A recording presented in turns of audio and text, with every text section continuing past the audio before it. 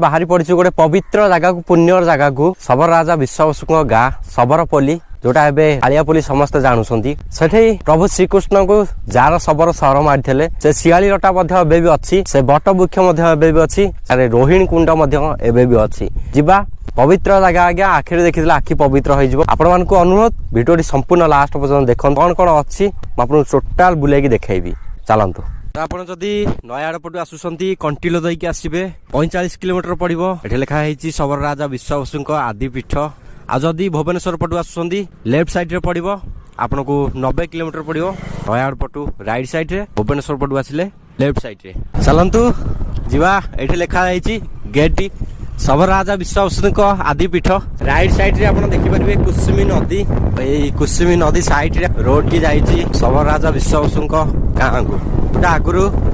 शबरपल्ली थिला एबे कालियापल्ली नाँ रे समस्त जानुछंती।